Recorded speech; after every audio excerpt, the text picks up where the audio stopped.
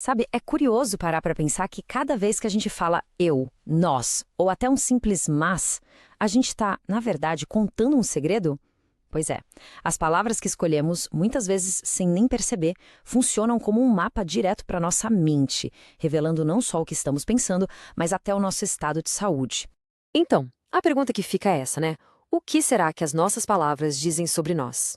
A gente vai mergulhar fundo nisso agora, porque vamos descobrir que cada pronome, cada preposição, cada palavrinha que parece sem importância é, na verdade, uma peça-chave de um quebra-cabeça fascinante, a nossa própria mente.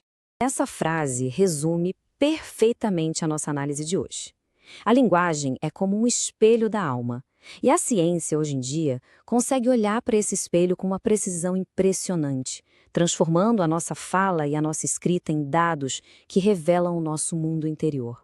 Bom, esse aqui é o nosso roteiro para a gente desvendar esses segredos. Primeiro, vamos entender o que é essa impressão digital linguística.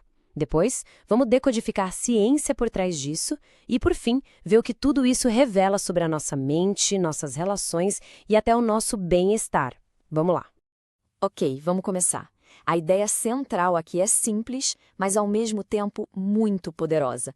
O jeito como a gente fala e escreve é um reflexo direto de quem a gente é. E olha só que impressionante!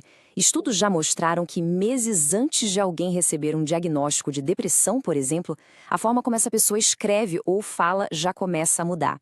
É algo sutil, funciona quase como um alerta precoce, um sinal que a ciência de análise de texto consegue detectar hoje, muito antes da própria pessoa se dar conta de que algo não vai bem.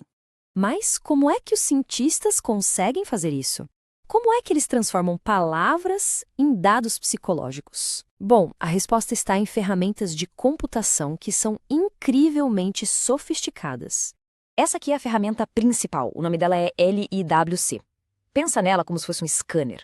Ele não está nem aí para a beleza do texto. Ele simplesmente lê tudo e vai contando palavra por palavra e colocando cada uma em caixinhas específicas. Pronomes, palavras sobre emoção, termos sobre trabalho, futuro, passado. E no fim, o que a gente tem é um perfil numérico super preciso da nossa mente.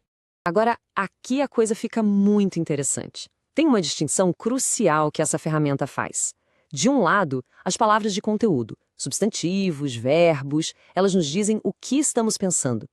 Mas o verdadeiro segredo, a grande sacada, está do outro lado, nas palavras de função. Pronomes, preposições, artigos. Essas palavrinhas revelam como a gente pensa.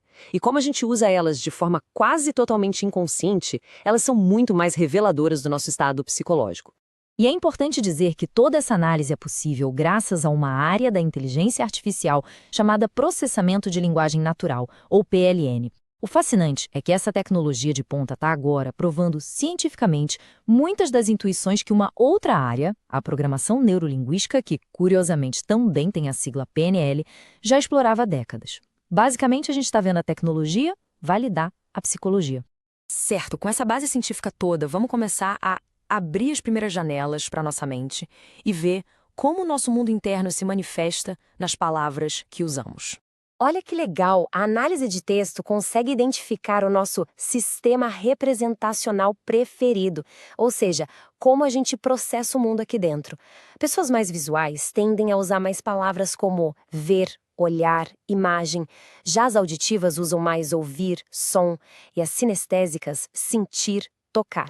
A nossa linguagem acaba entregando qual dos sentidos domina a nossa experiência.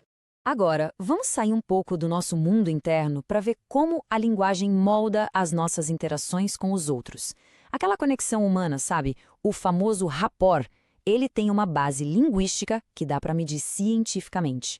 E esse aqui é um conceito chave. Quando duas pessoas se conectam de verdade numa conversa, elas começam, sem perceber, a espelhar o estilo de linguagem uma da outra, principalmente no uso daquelas palavrinhas de função que a gente falou. Não é sobre usar a mesma gíria, não. É algo muito mais profundo, muito mais automático. E essa citação ilustra isso de um jeito brilhante. Uma boa conversa não é um monólogo, é uma dança. Cada um vai ajustando os seus passos, o seu ritmo, o seu estilo de falar, em resposta ao parceiro. Isso cria uma harmonia que é invisível, mas muito, muito poderosa. E essa dança tem consequências bem reais, viu? Como o gráfico mostra, os estudos apontam que uma alta sincronia linguística está diretamente ligada à qualidade da relação. Chega a prever o sucesso de negociações e a estabilidade de relacionamentos.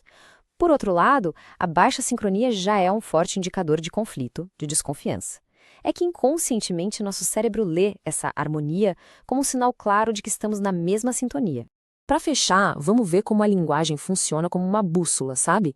Apontando para o nosso foco de atenção e, por consequência, para a nossa saúde, tanto mental quanto física. A escolha dos pronomes que a gente usa é incrivelmente reveladora. Um uso muito alto de eu e meu indica um foco voltado para dentro. Já o uso de nós ou pronomes da segunda pessoa sinaliza um foco mais externo, mais social. E tem um dado curioso. As fontes mostram que pessoas em posições de liderança e com status social mais alto tendem a usar menos o eu. E aqui, a gente chega num ponto muito sério. Um foco excessivo no eu pode ser um problema. E esse é um dos achados mais fortes da área. Um aumento consistente no uso de pronomes como eu é um forte indicador linguístico da depressão, porque reflete aquele estado de ficar remoendo os próprios pensamentos, que é uma característica da condição. Mas calma. Se a linguagem pode ajudar a diagnosticar, ela também pode ajudar a curar. O ato de escrever sobre as nossas emoções, uma técnica chamada escrita expressiva, tem benefícios de saúde comprovados pela ciência. Organizar experiências caóticas numa narrativa, numa história com começo, meio e fim, literalmente fortalece o corpo e a mente. É só olhar esses resultados aqui. Bom, depois de tudo isso, o simples ato de ouvir, tanto a nós mesmos quanto aos outros, ganha uma dimensão completamente nova, né? Cada palavra se torna um dado, uma pequena pista para o universo gigantesco que a gente tem aqui dentro. E para encerrar, fica essa reflexão. Se as nossas palavras são mesmo um mapa da nossa mente, para onde será que as nossas estão apontando? Comece a prestar atenção, não só no que as pessoas dizem, mas em como elas dizem. E mais importante ainda, ouça a sua própria linguagem. Ela está contando uma história sobre você. A grande questão é, para onde essa história está te levando?